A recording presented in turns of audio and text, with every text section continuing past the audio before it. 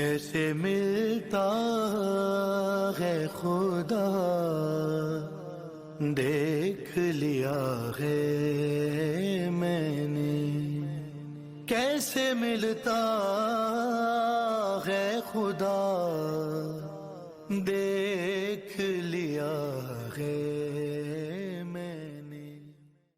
سلام ہو اس پر جس کی تربت میں خدا نے شفا رکھی ہے، سلام ہو اس پر جس کے ذریعے کو دعا قبول ہونے کی جگہ قرار دیا گیا ہے۔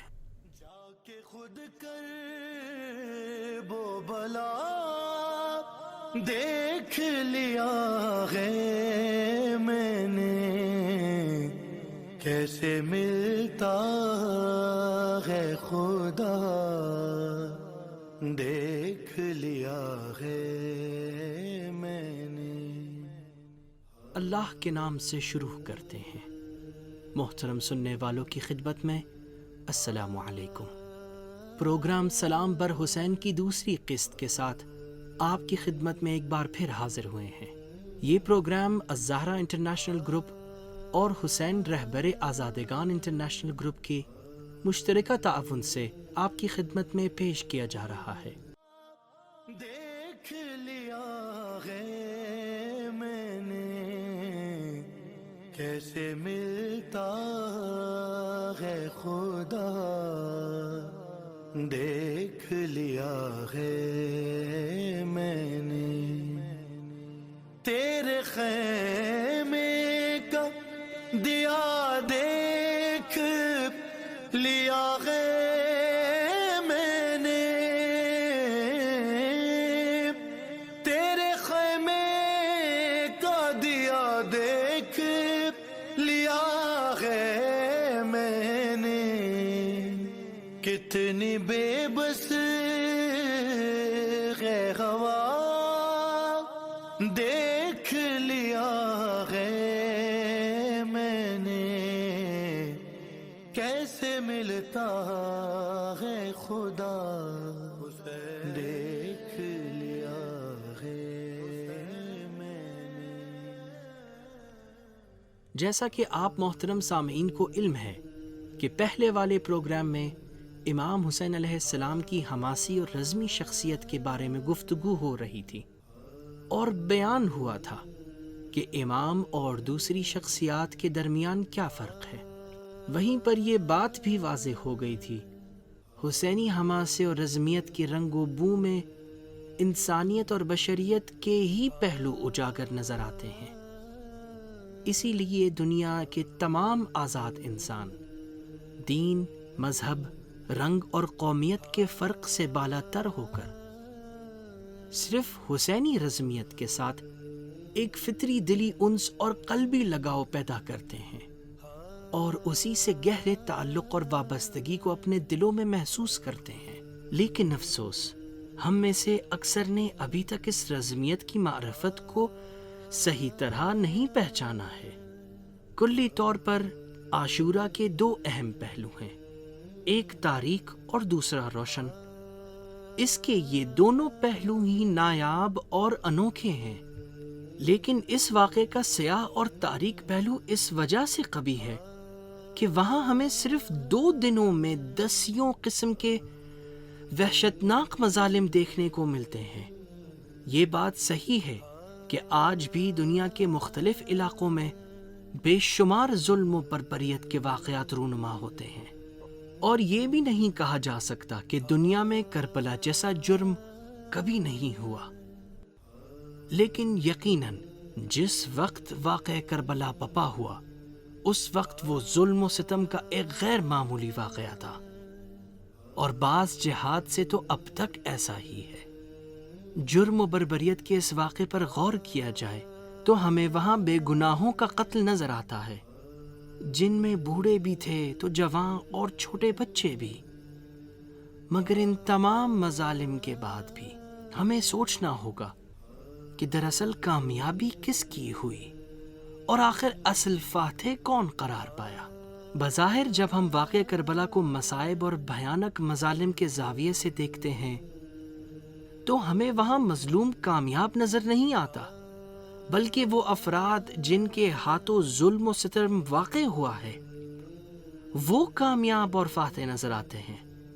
لہذا کربلا کے سیاہ پہلو سے دنیا کو صرف جرم و ظلم و ستم ہی نظر آئے گا، جبکہ حقیقت میں پوچھنا یہ چاہیے، کیا عاشورہ کی تاریخ کا صرف ایک ہی پہلو ہے؟ ہماری گفتگو جاری ہے، یہاں پر ہم ایک چھوٹا سا وقفہ لیتے ہیں اور دوبارہ آپ کی خدمت میں واپس آتے ہیں۔ روز کش کول اٹھائے چلا آتا ہوں حسین، روز کش کول اٹھائے چلا آتا ہوں حسین، تیرا دروازہ کھلا دیکھ لیا ہے میں نے، تیرے خیمے کا دیا دیکھ لیا ہے میں نے، ھذا من فضل حسین بن علی زہرا،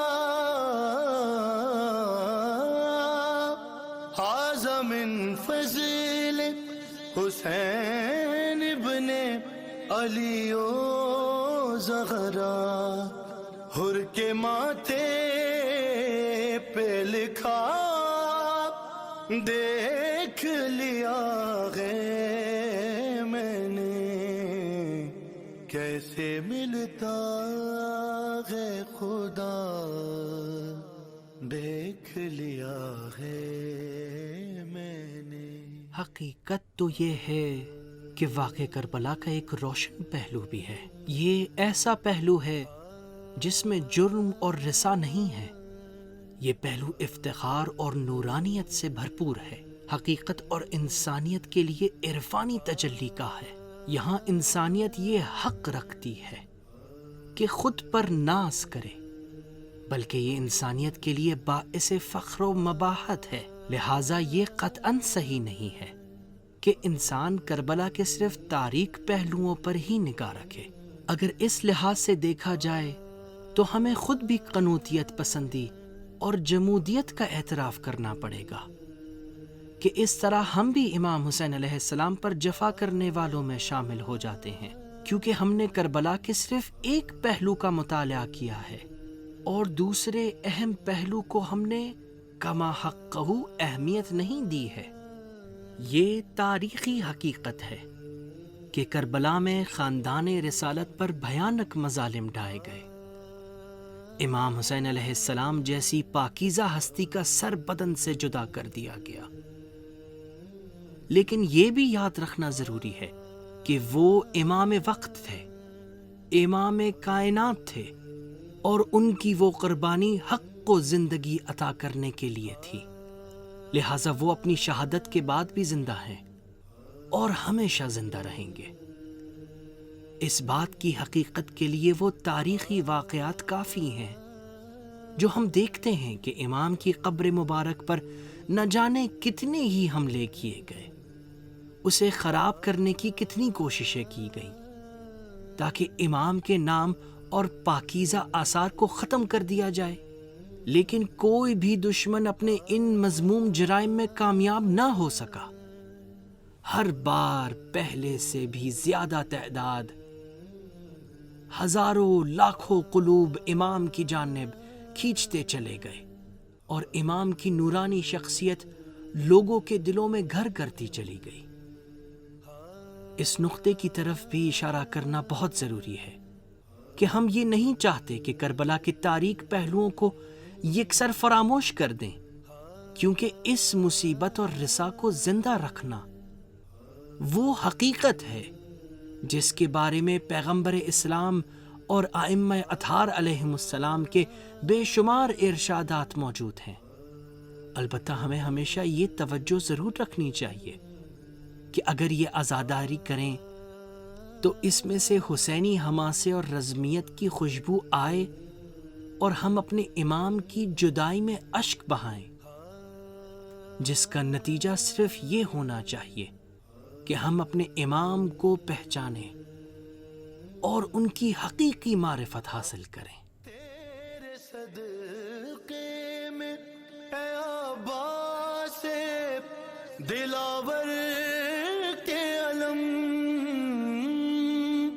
تیرے صدقے میں عباس دلاور کے علم، ہاں کیسے چلتی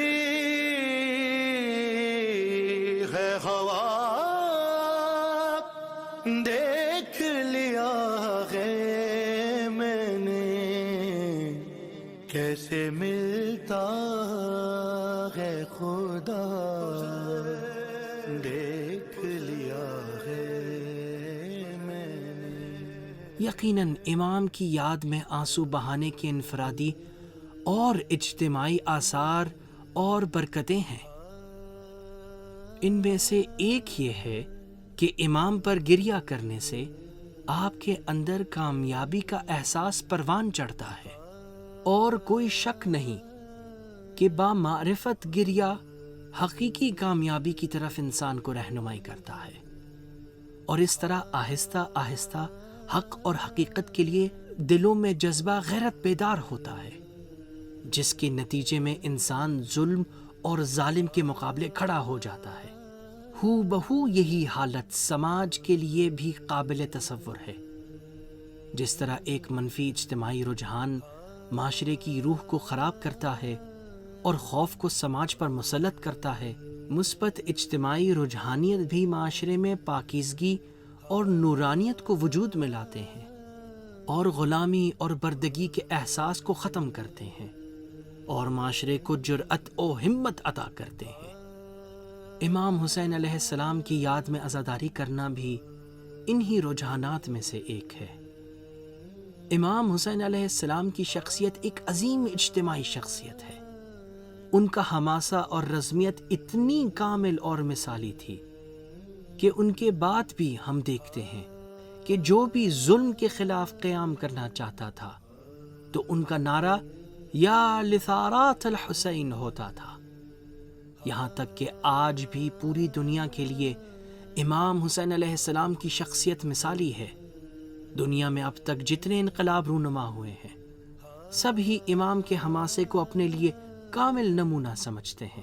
لہٰذا ہمیشہ یاد رکھنے کی ضرورت ہے کہ ہم اس وقت ہی اس مکتب سے درس لے سکتے ہیں جب ہم اس مکتب کے رسائی اور مصیبت کے پہلو کے ساتھ ساتھ نورانی پہلو کا بھی مطالعہ کریں۔ حقیقی کمال و معرفت تب ہی حاصل ہو سکے گا۔ ہمارے ساتھ رہنے اور اپنا وقت ہمارے ساتھ گزارنے پر آپ سب کے انتہائی شکر گزار ہیں۔